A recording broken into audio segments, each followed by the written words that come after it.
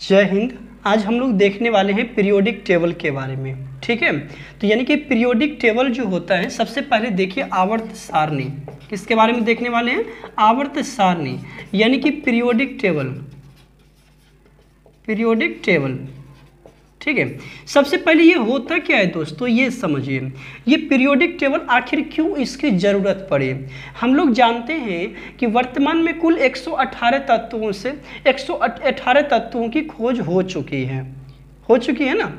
कुल कितने तत्वों की खोज हो चुकी है? 118 तत्व, ठीक है। यानी कि 118 तत्वों की अभी वर्तमान में खोज हो चुकी है, समझ गए। यानी कि जब इतने तत्वों की खोज हो चुकी है, इतने तत्वों के बारे में अध्ययन करना क्या है? मुश्किल है। यानी कि इनका अध्ययन क्या है? जटिल है। इसी के लिए क्या बनाया गया? पीरियोडिक टेबल बनाया गया।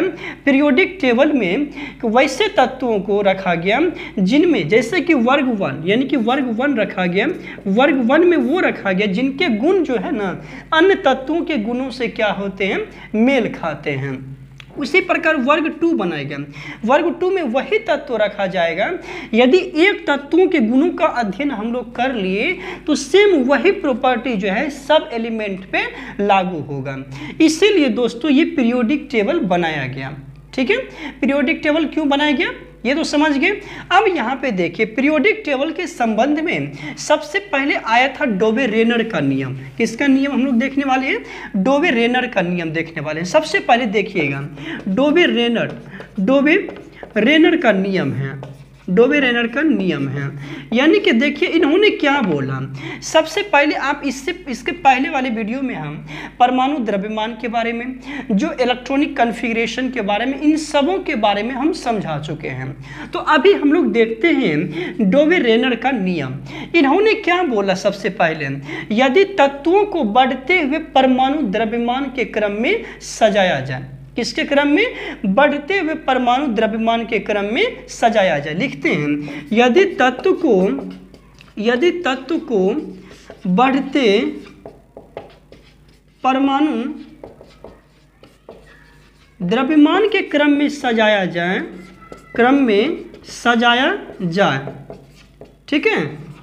तो मध्य वाला तत्व जो होता है, मध्य वाला तत्व का परमाणु द्रव्यमान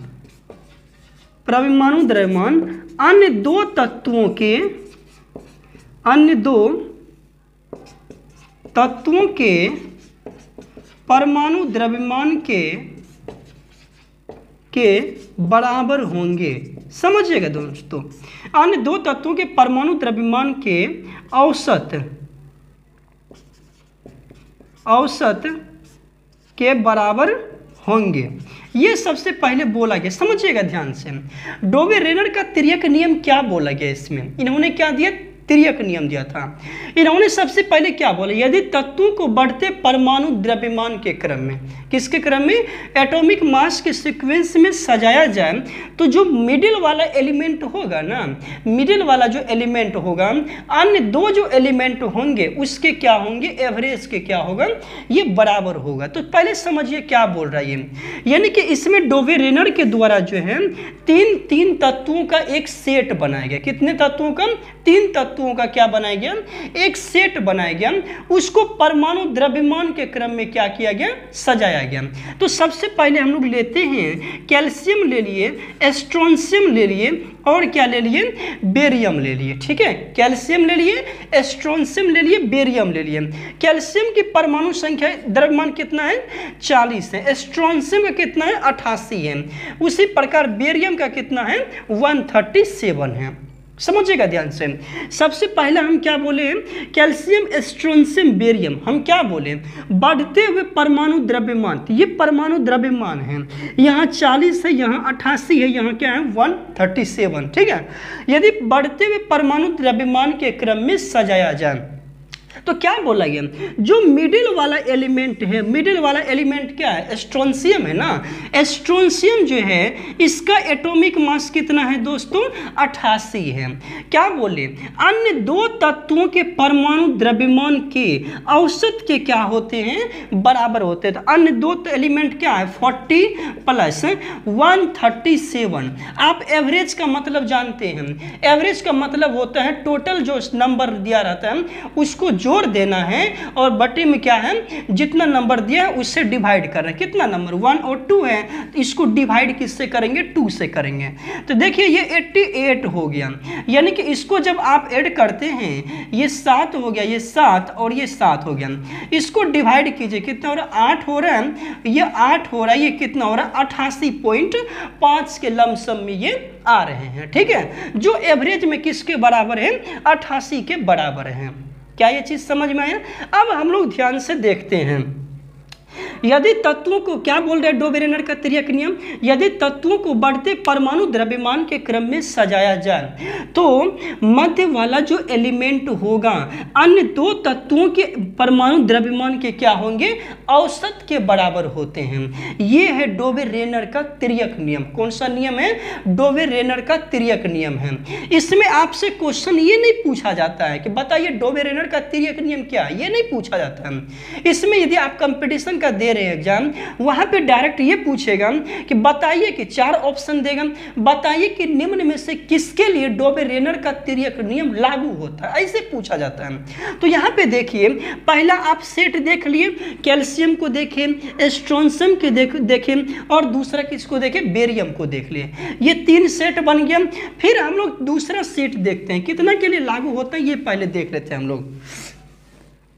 दूसरा देखते हैं, लिथियम हो गया, सोडियम हो गया और ये क्या हो गया, पोटासियम।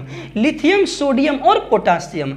लिथियम की परमाणु संख्या होती है 3 और परमाणु द्रव्यमान होता है कितना, 7 होता है। सोडियम का 23 होता है और पोटासियम का कितना होता है, 39। समझिएगा ध्यान से, हम क्या बोले, जो मिडिल वाला एलिमेंट है, कौन सा एलिमेंट है, मिडिल वाला जो एलिमेंट है, मिडिल वाला एलिमेंट क्या है, सोडियम। सोडियम का एटॉमिक मास 23।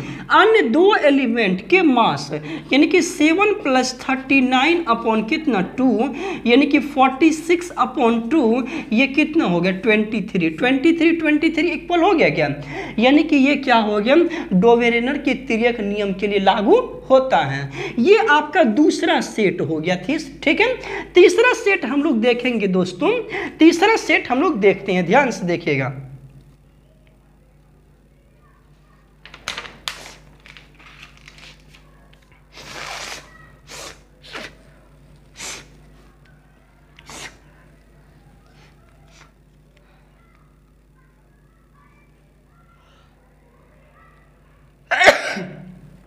चलिए तीसरा सेट देखते हैं हम लोग। क्लोरीन हो गया, ब्रोमीन हो गया और फिर किसको देख रहे हैं, आयोडीन के बारे में देख रहे हैं। क्लोरीन के परमाणु एटॉमिक मास होता है 35.5 होता है और ब्रोमीन का कितना होता है 80 होता है। आयोडीन का कितना होता है 127 होता है।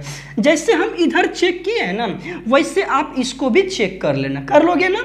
यानी कि ये हो गया तीसरा सेट। पहला हम क्या लिखाए थे, कैल्शियम लिखाए, स्ट्रोंशियम लिखाए, बेरियम लिखाए। दूसरा क्या लिखा है, लिथियम लिखा है, सोडियम लिखा है, पोटासियम लिखा है। ठीक है, उसके बाद लिखा है क्लोरीन लिखाए हैं, ब्रोमीन लिखाए हैं, फिर क्या लिखा है, आयोडीन लिखा है। और चौथा जो सेट इसमें लिख रहे हैं, चौथा होता है सल्फर हो गया, टेल्यूरियम हो गया, सल्फर हो गया, सेलेनियम हो गया और क्या हो गया दोस्तों, टेल्यूरियम हो गया। सल्फर, सेलेनियम और टेल्यूरियम। सल्फर का 32 हो गया और सेलेनियम का 79 हो गया और इसका टेल्यूरियम का कितना हो गया 128। तो आप इसको निकाल सकते हैं। यानी कि हम लोग इसमें कितना सेट लिखे हैं, 4 सेट।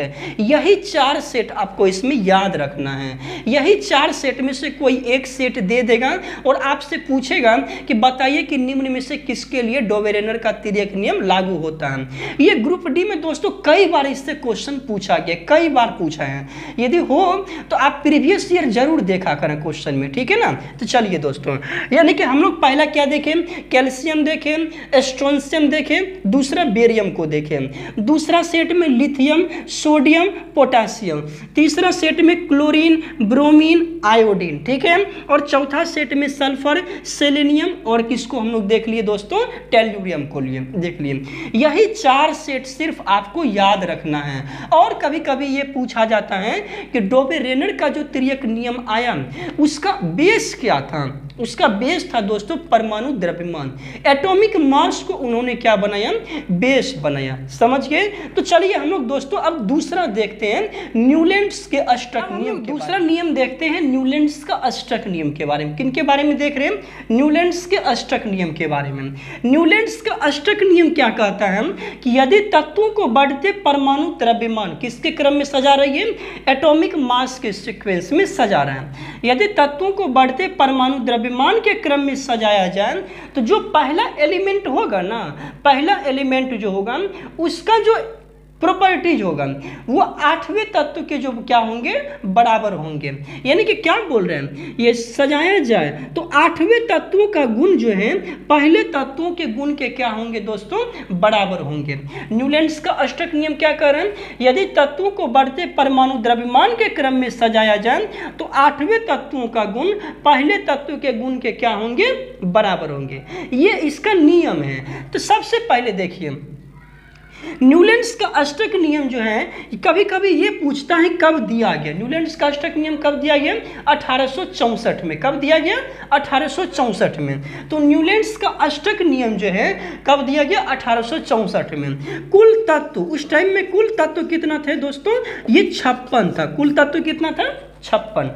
तो न्यूलैंड्स का अष्टक नियम दिया गया 1864 में। को टोटल एलिमेंट कितने थे, 56 थे। समझ गए ना, टोटल एलिमेंट कितना, 56। इसमें क्या बोल रहे हैं, 8वें तत्व का गुण पहले तत्व के गुण के क्या होंगे, समान होंगे।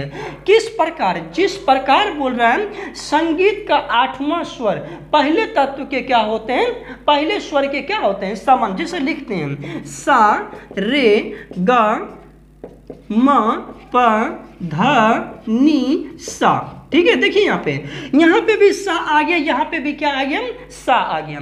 तो वही बोला है कि 8वें तत्व का गुण पहले तत्व के गुण समान होते हैं। किस प्रकार, उसी प्रकार समान होगा जिस प्रकार संगीत का 8वां स्वर पहले स्वर के क्या होते हैं, समान होते हैं। ये था न्यूलैंड्स का अष्टक नियम। किसका नियम था, न्यूलैंड्स का अष्टक नियम था।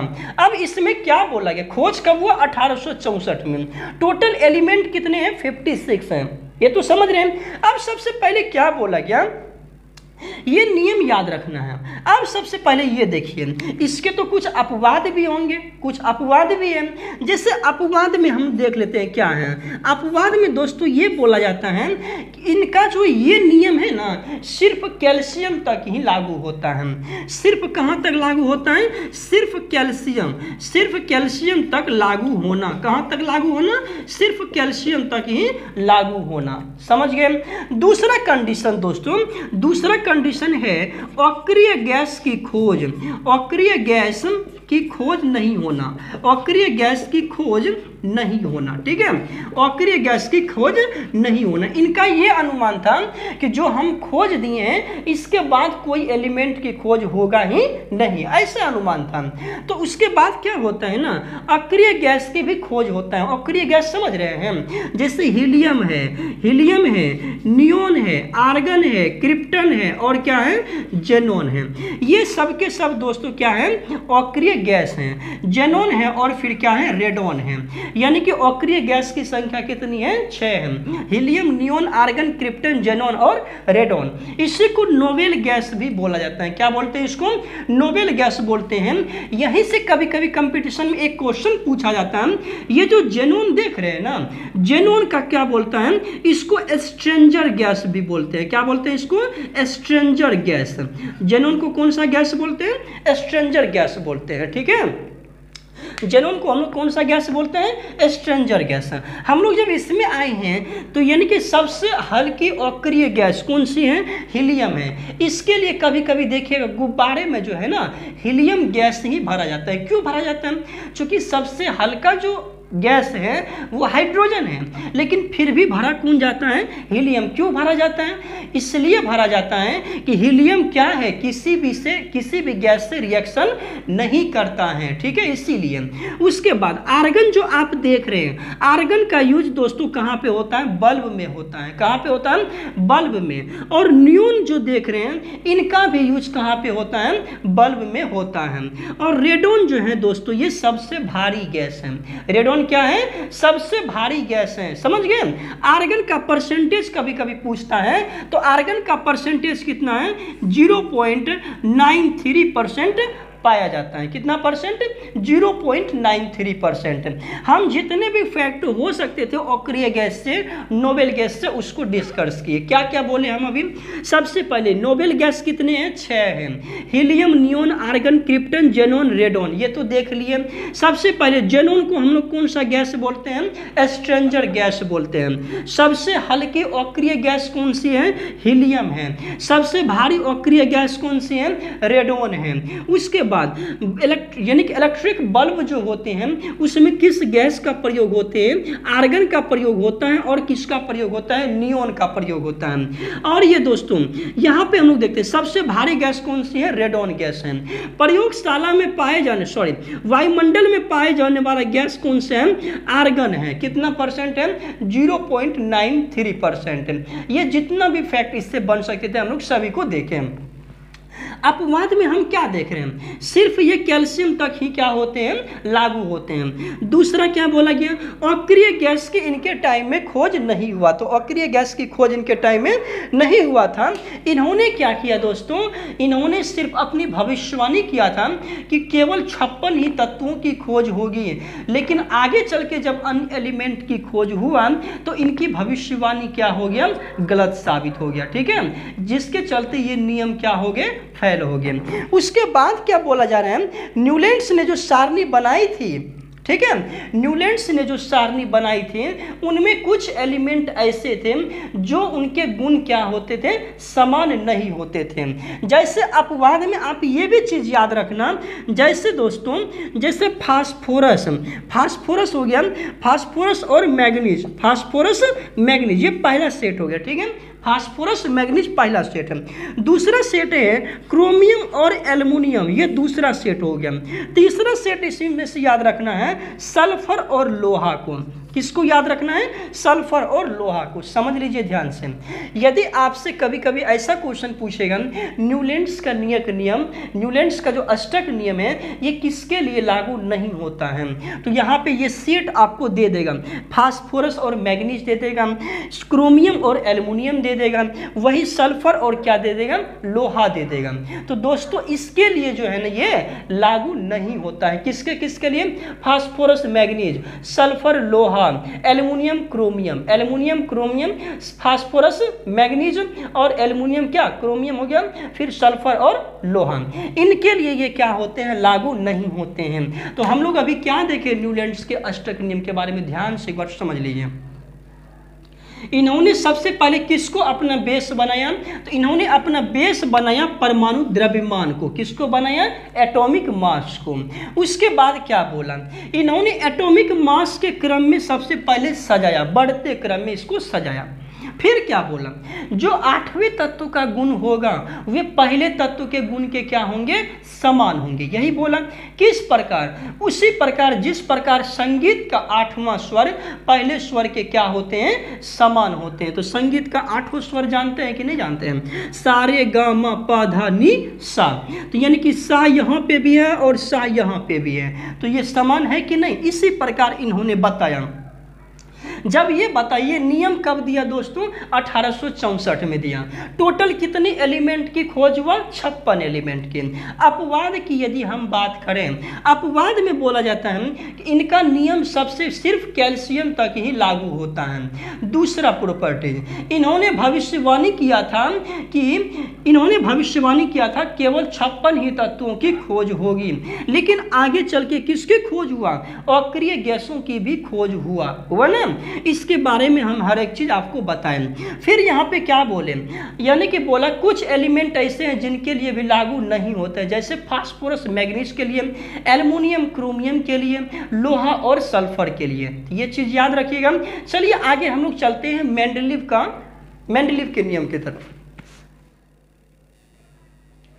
चलिए दोस्तों हम लोग आगे चलते हैं मेंडलीव के आवर्त सारणी के बारे में। किन के बारे में देखेंगे हम लोग, मेंडलीव की आवर्त सारणी। पहले हम लोग किसको देखें, डोबे-रेनर का तिर्यक नियम देखें। दूसरा हम लोग न्यूलैंड्स के अष्टक नियम देखें। तीसरा हम लोग देख रहे हैं मेंडलीव की आवर्त सारणी। मेंडलीव की आवर्त सारणी क्या बोला गया, क्योंकि सबसे पहले मेंडलीव ने ही किनका निर्माण करवाया था, आवर्त सारणी का निर्माण किया था। किनका निर्माण किया, आवर्त सारणी का निर्माण सबसे पहले किसने किया, मेंडलीव ने किया। इसीलिए मेंडलीव को दोस्तों आवर्त सारणी का क्या कहते हैं, आवर्त सारणी का जनक कहते हैं। आवर्त सारणी का जनक किसको कहते हैं, मेंडलीव को कहते हैं। मेंडलीव को क्या कहते हैं हम लोग, आवर्त सारणी का जनक कहते हैं। क्यों कहते हैं, क्योंकि सबसे पहले मेंडलीव ने किसका निर्माण किया था, आवर्त सारणी का निर्माण किया था। अब देखिए इनकी विशेषता, इनके टाइम में क्या हुआ था, टोटल जो एलिमेंट था, टोटल एलिमेंट कितना था दोस्तों, 63 था। मेंडलीव के समय में टोटल एलिमेंट कितना था, 63 था। अब इनके नियम के अनुसार क्या बोला गया, तत्व के जो भौतिक एवं रासायनिक गुण होते हैं ना, किनके, तत्व के भौतिक एवं रासायनिक गुण जो होते हैं उसके परमाणु द्रव्यमान के आवर्ती क्या होते हैं, फलन होते हैं। यानी कि तत्व के भौतिक एवं रासायनिक गुण उसके परमाणु द्रव्यमान के क्या होते हैं, आवर्ती फलन होते हैं। और क्या बोला गया, यदि तत्वों को बढ़ते परमाणु द्रव्यमान के क्रम में सजाया जाए, किनके क्रम में, देखिए डोबे-रेनर ने भी वही बात बोला था कि परमाणु द्रव्यमान के क्रम में सजाएंगे, न्यूलैंड्स ने भी वही बात बोला परमाणु द्रव्यमान के क्रम में सजाएंगे, और मेंडलीव ने भी आकर के क्या बोला, परमाणु द्रव्यमान के क्रम में ही सजाएंगे। ठीक है, तो सजाया जाए तो एक निश्चित संख्या के बाद समान गुण वाले तत्व क्या होते हैं, दोहराते हैं। ये बात इन्होंने बोली।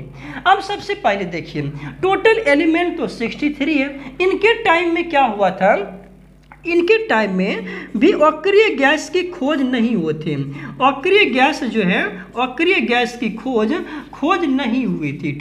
ठीक है, इनके टाइम में भी अक्रिय गैस की खोज नहीं हुई थी।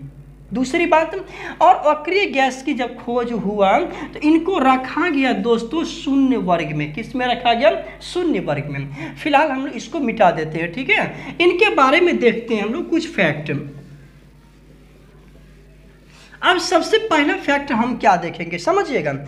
इन्होंने क्या बोला, मेंडलीव जो होते हैं, पहला फैक्ट देखते हैं। इन्होंने जो उदग्र स्तंभ होता है जिसको वर्टिकल कॉलम कहते हैं, क्या कहते हैं, वर्टिकल कॉलम। वर्टिकल कॉलम ऐसे होते हैं। ठीक है, इनको इन्होंने सबसे पहले क्या बोला, वर्ग बोला। इन्होंने उदग्र स्तंभ को, किसको, उदग्र स्तंभ को क्या बोला दोस्तों, वर्ग बोला। और वर्ग जो होते हैं, वर्ग की टोटल संख्या कितना था, वर्ग की टोटल संख्या, वर्ग की कुल संख्या जो है कितना था, कुल संख्या दोस्तों इनके टाइम में 8 था। यही कभी कभी यहां से पूछा जाता है।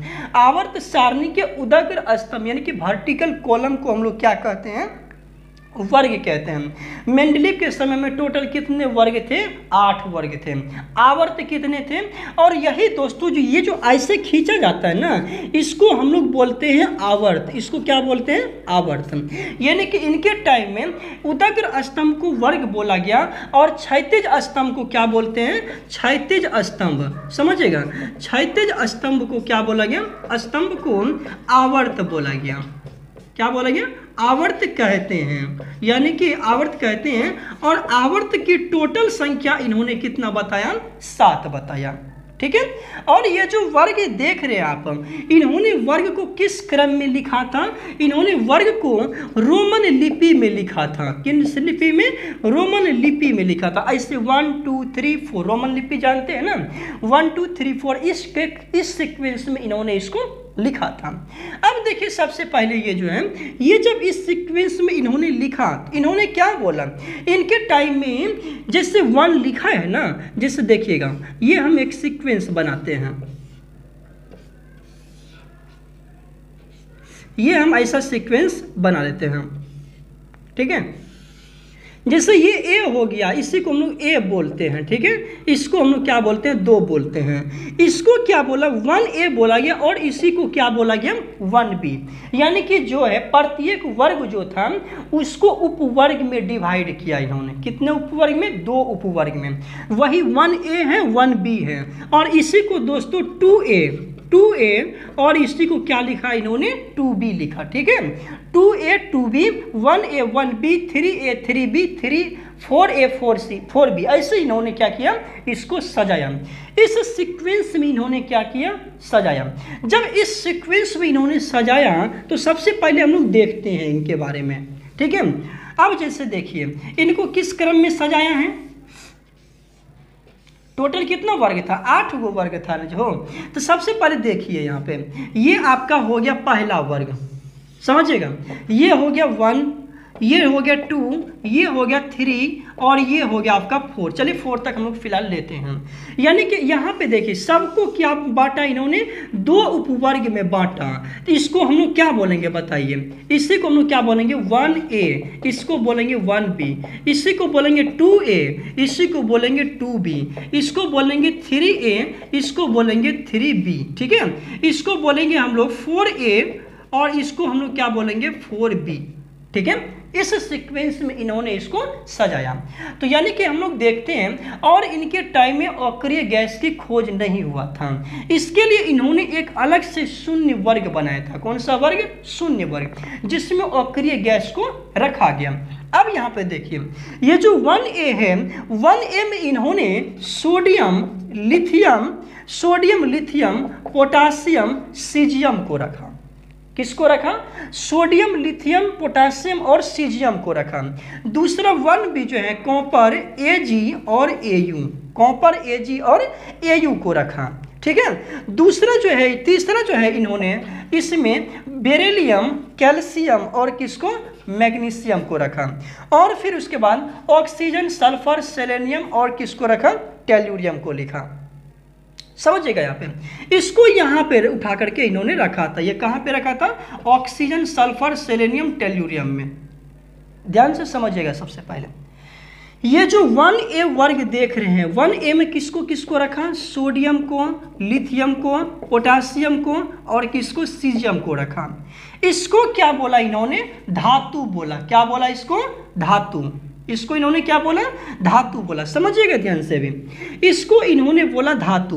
दूसरा जो है 1B, इसको बोला गया मुद्रा एलिमेंट। कौन सा धातु? मुद्रा धातु। यही क्वेश्चन यहाँ से पूछा जाता है कि मुद्रा धातु किससे कहते हैं। तो यानी कि वहाँ पे ऑप्शन दिया रहेगा आपको 1A 1B 2A 2B ऐसे करके दिया रहेगा। तो 1B वाला जो है इसको हम लोग क्या बोलते हैं दोस्तों? मुद्रा धातु। मुद्रा धातु में क्या आता है? कॉपर आता है, Ag आता है और कौन आते हैं? Au आते हैं। कॉपर, Ag और क्या आते हैं? Au आते हैं। उसी प्रकार जो है जो 2 का A था इसी को बोला गया क्षारीय मृदा धातु। क्या बोला गया? क्षारीय मृदा धातु बोला गया, ठीक है। इसको क्या बोला इन्होंने? क्षारीय मृदा धातु बोला। और 4 का ए जो है इनको इन्होंने चैल्कोजन बोला। क्या बोला? चैल्कोजन, ठीक है। इन्होंने इसको क्या बोला? चैल्कोजन। वही जो 7 यानी कि कौन सा है ये? 7 का ए है, तो 7 के ए को इन्होंने क्या बोला? हेलोजन बोला। कौन सा? हेलोजन। समझिएगा, 7 के ए को क्या बोला इन्होंने? हेलोजन बोला। और 8 का जो ए होता है 8 के ए को इन्होंने प्लेटिनम धातु बोला। कौन सा धातु? प्लेटिनम धातु। प्लेटिनम धातु में क्या आते हैं? पीटी आते हैं, ओएस आते हैं और क्या आते हैं? पीडी आते हैं। Platinum, palladium. ठीक है, यानी कि देखिए सबसे पहले इसको थोड़ा सा याद रखना है। 1A में किसको रखा, धातु को, सोडियम, लिथियम, पोटासियम, सीजियम। ठीक है, दूसरा है 1B। 1B को क्या बोला गया, मुद्रा धातु। मुद्रा धातु में क्या आते हैं, कॉपर, AgAu। बोलेगा मुद्रा धातु किसे कहते हैं हम। ठीक है, ऑप्शन 4 को देगा 1A 1B 4A 4B ऐसे करके ऑप्शन दे देगा, तो उसमें क्या आंसर होगा 1B। उसी प्रकार बोलेगा निम्न में से किसे चलकोजन धातु कहते हैं, तो चलकोजन किसको रखा है, ये 4 का A को क्या बोला गया, चलकोजन। 7 के A को क्या बोला गया, हेलोजन। 8 के A को क्या बोला गया, प्लेटिनम। प्लेटिनम धातु में PT आते हैं, OS आते हैं और क्या आते हैं, PD आते हैं। ये तीनों एलिमेंट याद रखना, PT, OS और PD। ठीक है, तो ये था आपको दोस्तों क्या था, मेंडलीव का आवर्त नियम। अब इसमें से कुछ और विशेषता देख लेते हैं। इन्होंने कितने वर्ग में सजाया, सबसे पहले इनके टाइम में 8 गो वर्ग था। आवर्त क्या वो था, 7 गो था। ठीक है, वर्ग को किया 2 उपवर्ग में बांटा। ठीक है, जिसमें से 1A में क्या है, धातु है। 1B में क्या है, ये मुद्रा धातु है। 1 और क्या बोलते हैं 2A में क्या है, क्षारीय मृदा धातु है। 4A में क्या है, चलकोजन है। 7 के A में क्या बताए, हेलोजन को बोला। 0 में किसको रखा, अक्रिय गैस के लिए। ठीक है ना, चलिए हम लोग आगे चलते हैं। मेंडलीव के समय जो है अभी हम बता दिए आवर्त की संख्या कितनी थी, 7 को था। आवर्त कितना था, 7 था। अब यहां पे देखते हैं मेंडलीव ने क्या किया था, अपने आवर्त सारणी में कुछ स्थान क्या किए थे, रिक्त छोड़े थे। ठीक है, कुछ स्थान इन्होंने क्या किया था, रिक्त छोड़ा था, जिनके बारे में देखते हैं। और इन्होंने देखिएगा मेंडलीव ने क्या किया, कुछ स्थान क्या किया था, रिक्त किया था। और इन्होंने कुछ तत्वों की भविष्यवाणी भी किया, कुछ तत्वों की क्या क्या है, भविष्यवाणी किया। इन्होंने क्या किया, भविष्यवाणी किया था। ठीक है, भविष्यवाणी किया था, मतलब किया था, इसका मतलब ये हो गया उन्होंने उस टाइम में उस एलिमेंट का नाम कुछ और रखा। उन्होंने ये बताया कि आगे चल करके ऐसा एलिमेंट होगा, तो वो जो भविष्यवाणी वाला एलिमेंट है ये आपको याद रखना है। पहला एलिमेंट कौन सा है, एका बोरॉन है। कौन सा है, एका बोरॉन। कौन सा है, एका बोरॉन। दूसरा है एका एल्युमिनियम। कौन सा है, एका एल्युमिनियम। समझिएगा ध्यान से, एका बोरॉन है, एका एल्युमिनियम है, फिर है एका सिलिकॉन है, एका सिलिकॉन। और फिर कौन सा है, एका बोरॉन हो गया, एका एल्युमिनियम हो गया, एका सिलिकॉन हो गया, और एका कौन सा हो गया दोस्तों, मैग्नीज हो गया। देखिएगा ध्यान से, ये कैसे क्वेश्चन पूछेगा आपसे, ये पूछेगा एका बोरॉन के लिए कौन सा एलिमेंट है। तो एका बोरॉन के लिए देखिएगा, एका बोरॉन जो होता है उस टाइम में किनको बोला गया, एका बोरॉन बोला गया स्कैंडियम को। किसको बोला गया, स्कैंडियम। एस्केंडियम, एस्केंडियम को क्या बोला गया, एका बोरॉन। और दोस्तों ये जो एल्युमिनियम देख रहे हैं ना, एका एल्युमिनियम किसको बोला गया, गैलियम को बोला गया। किसको, गैलियम को। समझिएगा ध्यान से, गैलियम को क्या बोला गया, एका एल्युमिनियम बोला गया। उसके बाद जो है ये जर्मेनियम, जर्मेनियम, जर्मेनियम को क्या बोला गया, एक्सी बोल, ZeGe बोला गया। जर्मेनियम को क्या बोला गया, देखिए समझिएगा ध्यान से, एका बोरॉन के लिए स्कैंडियम, एका बोरॉन स्कैंडियम, एका एल्युमिनियम गैलियम, एका एल्युमिनियम गैलियम, एका सिलिकॉन जर्मेनियम। एका सिलिकॉन किसके लिए, जर्मेनियम के लिए। और एका मैग्नीज जो है ये रेडियम के लिए। किसके लिए दोस्तों, रेडियम के लिए। इसके लिए क्या होता है, Ra होता है, Re होता है। क्या हो गया, रेडियम हो गया, रेनियम हो गया। ठीक है, ये किसके लिए रखा था, रेनियम के लिए। समझिएगा ध्यान से, हम लोग क्या देखे, मेंडलीव ने कुछ तत्वों के भविष्यवाणी किया था, जिनमें एका बोरॉन, एका बोरॉन के लिए स्कैंडियम वर्ड आया। दूसरा एका एल्युमिनियम किसको बोला, गैलियम को बोला। एका सिलिकॉन किसको बोला, जर्मेनियम को बोला। एका मैग्नीज किसको बोला, रेनियम को बोला। रेनियम बोले तो Re। एका मैग्नीज किसको बोला, रेनियम को। एका एल्युमिनियम किसको बोला बताइए तो, एका एल्युमिनियम बोला गैलियम को। और एका क्या बोलते हैं, एका सिलिकॉन किसको बोला, जर्मेनियम को। एका बोरॉन किसको बोला, स्कैंडियम। ये 4 एलिमेंट जो है ना आप याद रखना, यहाँ से भी क्वेश्चन पूछे जाते हैं। तो हम लोग क्या बोले अभी, सबसे पहले बताइए बेल मेटल किसको कहते हैं, या मुद्रा धातु, सॉरी मुद्रा धातु किसे कहते हैं, मुद्रा धातु कहते हैं 1B को। 1B में क्या आता है, कॉपर आता है, Ag आता है, Au आता है, ये ना मुद्रा धातु कहते हैं। प्लेटिनम किसको बोलते हैं, प्लेटिनम धातु हम बताए ना, Pt बताए, OS आता है, OS बताए, Pd बताए, ये 3 एलिमेंट के बारे में बताए। उसी प्रकार चेल्कोजन में किसको रखा था, 4 के A में, 7 के A में किसको रखा था, हेलोजन को रखा। तो यही ना, इसके पहले हम डोबेरेनर का नियम देखें।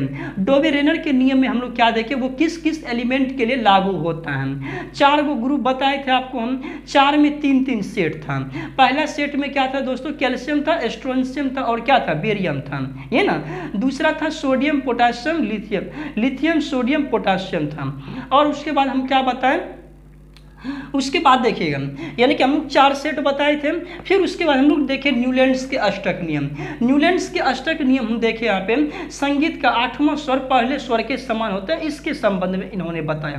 यानी उसी प्रकार 8वां गुण जो होता है एलिमेंट का, वो पहले गुण के क्या होते हैं, समान होते हैं, ये बताया गया। और इन्होंने बोला इनके लिए लागू नहीं होता है, फास्फोरस का किसके लिए लागू नहीं होता है, मैग्नीज के लिए लागू नहीं होता है, सल्फर का लोहा के लिए लागू नहीं होता है, ये चीज हम बताए आपको, ठीक है ना। चलिए हम लोग निम्न में से मेंडलीव की आवर्त सारणी के संबंध में कौन सही नहीं है, ठीक है। तो सबसे पहले दोस्तों इन्होंने अपवाद क्या बोला, इन्होंने सिर्फ तत्वों को स्थान दिया, सिर्फ तत्वों को स्थान दिया, समझिएगा, स्थान दिया, ठीक है, स्थान दिया समस्थानिक, समस्थानिक के लिए। और दूसरा इन्होंने इनके संबंध में कंडीशन क्या था, हाइड्रोजन का जो स्थान है, हाइड्रोजन का स्थान क्या रखा, का स्थान विवादित रहा, क्या रहा दोस्तों, विवादित रहा। हाइड्रोजन का स्थान क्या रहा इनके टाइम में, विवादित रहा। और तीसरा कंडीशन इन्होंने जो है तत्व को बढ़ते परमाणु द्रव्यमान के क्रम में